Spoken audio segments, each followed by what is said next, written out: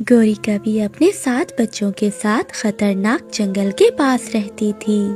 कालू कौवा डरते डरते एक पेड़ से कुछ फल तोड़ रहा था। जल्दी जल्दी से गोरी कवि और बच्चों के लिए फल तोड़ लेता हूँ।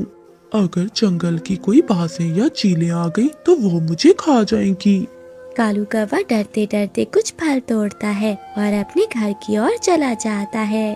कालू कौवा फल लेकर जंगल के पास अपने छोटे से घोंसले में जाता है, जहाँ गौरी कवि अपने 4 बच्चों के साथ बैठी हुई थी। तभी कालू कौवा घर का दरवाजा बंद कर देता है। कालू जी, किसी ने आपको यहाँ आते हुए देखा तो नहीं? नहीं गोरी, मैं छुप छुप कर यहाँ आया हूँ, किसी ने नहीं देखा मुझे। कालू जी, पास के जंगल के जालिम पक्षियों को पता नहीं चलना चाहिए कि हम अपने बच्चों के साथ यहाँ रहते हैं, वरना वो जालिम चीलें हमारे बच्चों और हमें खा जाएंगी। गोरी, पता है मुझे, इसीलिए घर में आने से पहले मैं बाहर देर तक खड़ा रहता हूँ। अच्छा गोरी, तुम बच्चों को ये फल खिलाओ, मैं नदी से पानी लेकर आता हूँ। माँ, तुम हमें बाहर खेलने क्यों नहीं जाने देती हो? हमें सारा दिन घर में रहना अच्छा नहीं लगता। मुन्नी बेटा, अभी तुम सब बहुत छोटे हो, यहाँ बाहर हर जगह बहुत खतरा है। वो सब जालिम पक्षी तुम जैसे मासूम बच्चों को खा जाएंगे। माँ, क्या वो जालिम चीलें हमें भी खा जाएंगी? नहीं बच्चों, जब तक मैं तुम्हारे साथ हूँ तुम्हें कोई कुछ नहीं कह सकता। फिर कालू कौवा भी पानी ले आता है। वो सब पानी पीकर सो जाते हैं।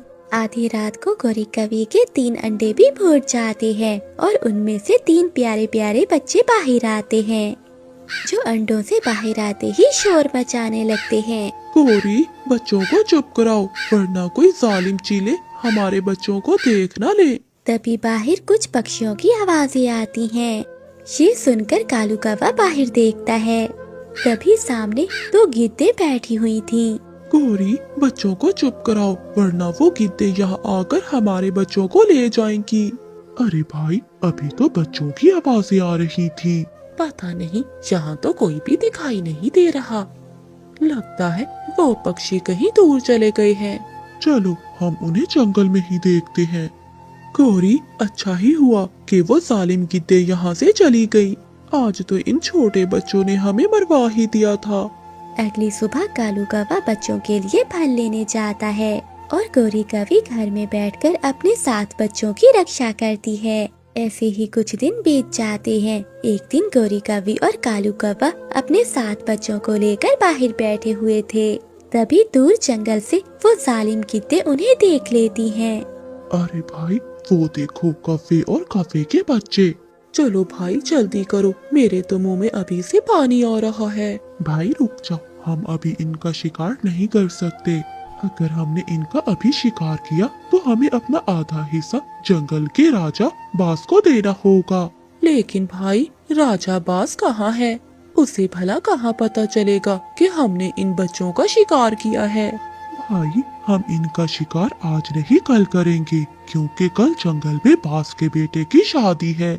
जंगल के सभी पक्षी कल राजा के बेटे की शादी पर जाएंगे और हम इनका शिकार कर लेंगे। राजा बाज ने अपने जंगल में एक कानून बनाया था कि कोई भी अपने जंगल में शिकार नहीं करेगा। अगर कोई शिकार करते हुए पकड़ा गया तो उसे हमेशा के लिए काल कोठरी में बंद कर दिया जाएगा।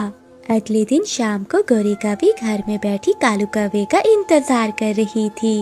अरे कालू, अभी तक घर क्यों नहीं आए? ये तो सुबह से घर से निकले हुए हैं, अभी तक आए क्यों नहीं? क्या हुआ माँ, आप इतनी परेशान क्यों हो? बच्चों, तुम्हारे पापा सुबह से जंगल में गए हुए हैं और अभी तक लौट कर नहीं आए। पहले तो कभी उन्हें इतना समय नहीं लगा। मेरा मन बहुत घबरा रहा है, कहीं उन्हें कुछ हो न गया हो। नहीं माँ, पिताजी ठीक होंगे। मगर मेरा मन नहीं मान रहा। मुन्नी बेटा, तू अपने बहन भाइयों के साथ यहीं रह और अंदर से दरवाजा बंद कर लेना। मैं जंगल में तेरे पिताजी को देखने जा रही हूँ। जब तक मैं ना आऊँ दरवाजा ना खोलना। गौरी कवि पहली बार अपने बच्चों को घर में अकेला छोड़कर बाहर जाती है। तभी 7 बच्चे घर के अंदर बैठ जाते हैं। थोड़ी देर बाद गौरी कवि के छोटे 3 बच्चे रोने लगते हैं। तभी रानू चिड़िया और मीठू तोता बाहर से गुजर रहे थे। वो बच्चों की आवाज सुनकर रुक जाते हैं। मीठू भैया रुके, ये तो किसी बच्चों की आवाजें हैं। चिड़िया, तुम अपनी जान बचाओ। तुम्हें पता है ना ये जंगल कितना खतरनाक है। चलो यहाँ से। तभी रानू चिड़िया और मीठू तोते को चीलों की आवाजें सुनाई देती हैं। मीठू भैया, लगता है वो जालिम पक्षी इसी ओर ही आ रहे हैं। मीठू भैया, ये आवाजें तो वो सामने वाले घर से आ रही हैं। लगता है वहाँ छोटे बच्चे हैं, हमें उनकी जान बचाना होगी। फिर रानू चिड़िया और मीठू तोता गौरी कवि के घोंसले के पास जाते हैं। अंदर कोई है? दरवाजा खोलो बच्चों, आपकी जान खतरे में है। बच्चे डरकर दरवाजा खोल देते हैं।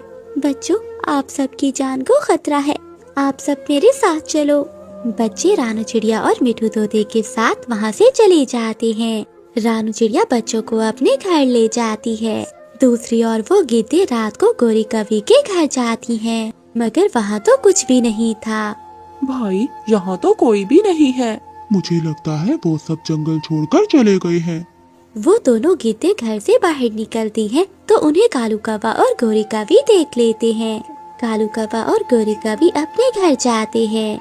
अरे बाप रे, कालू जी, हमारे बच्चे कहाँ चले गए? लगता है उन गिद्धों ने हमारे बच्चों को खा लिया। गौरी कवि रोने लगती है। गौरी, चुप कर जाओ। चलो हम जंगल के राजा बाज के पास जाकर उन गिद्धों की शिकायत करते हैं। हम उन दोनों को छोड़ेंगे नहीं। तभी वो दोनों पास के जंगल के राजा बाज के पास जाते हैं। वो राजा को सारी बात बताते हैं। बाज राजा, आपके जंगल की गिद्धों ने हमारे बच्चों को खा लिया। आप हमारे साथ न्याय कीजिए, उन दोनों को कड़ी से कड़ी सजा दीजिए। चुप कर जा कवि, हमने नहीं खाया तेरे बच्चों को। बाज राजा, आप इनकी बात क्यों सुन रहे हैं? ये तो हमारे जंगल की है भी नहीं। हाँ बाज राजा, ये तो इस जंगल के हैं भी नहीं। आप इन्हें हमारे हवाले कर दीजिए, हम आप तक आधा हिस्सा पहुँचा देंगे। सुनो कव्वे, इस जंगल में सिर्फ इस जंगल के पक्षियों की ही बातें सुनी जाती हैं। सुनोगी तो इन्हें लेकर यहाँ से चले जाओ, इनके साथ जो भी करना है करो। फिर वो गिद्धे कौवों को लेकर अपने जंगल से बाहर चली जाती हैं। वो कौवों पर हमला करने ही वाली थी कि पास के जंगल की महारानी चील और चिड़िया मीठू तोता सब आकर उन गिद्धों पर हमला कर देते हैं। गिद्धे मुश्किल से अपनी जान बचाकर वहाँ से भागती हैं।